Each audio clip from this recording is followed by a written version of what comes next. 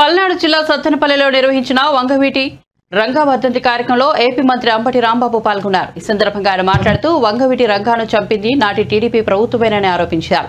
దాంతో ప్రజలు టీడీపీ ప్రభుత్వాన్ని గద్దెదించాలని పట్టుబట్టి కాంగ్రెస్ పార్టీని గెలిపించి అధికారంలోకి తీసుకొచ్చారని వెల్లడించారు. ఆ తర్వాత జరిగిన పరిణామాలతో కాంగ్రెస్ పార్టీలో ఒకరిద్దరు నేతలు మారడం, మళ్లీ ఎన్టీఆర్ అధికారంలోకి రావడం జరిగిందని అంబటి రాంబాబు వివరించారు.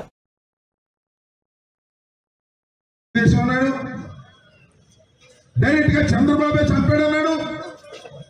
చంద్రబాబు వంగవీటి మోహన్ రంగారావు చంపడమే కాదు, శాసనసభ్యుడిగా నన్ను కూడా చంపాలని ప్రయత్నం చేశాడు. కానీ ఆయన వల్ల కాలేదని ఆయన అన్న మాటలు, నేనన్న మాటలు కాదు. నేను వాళ్ళు ఏమైనా ఆరోపిస్తున్నానని అనుకుంటానేమో కాదు. మీరు ఒకసారి యూట్యూబ్కి వెళ్ళి చూడండి. వంగవీటి మోహన్ రంగారావు గారిని చంపింది చంద్రబాబు నాయుడు అంటే తెలుగుదేశం. నన్ను కూడా చంపాలని ప్లాన్ చేశాడు, కానీ నన్ను చంపలేకపోయాడు.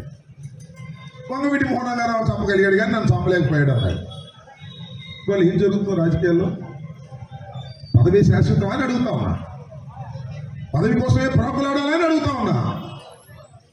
మీరు ఒకసారి ఆలోచన చేయండి. పదవి కోసమే ప్రాకులాడేవాడిని సమాజం క్షమించదని మనం చేస్తున్నాం.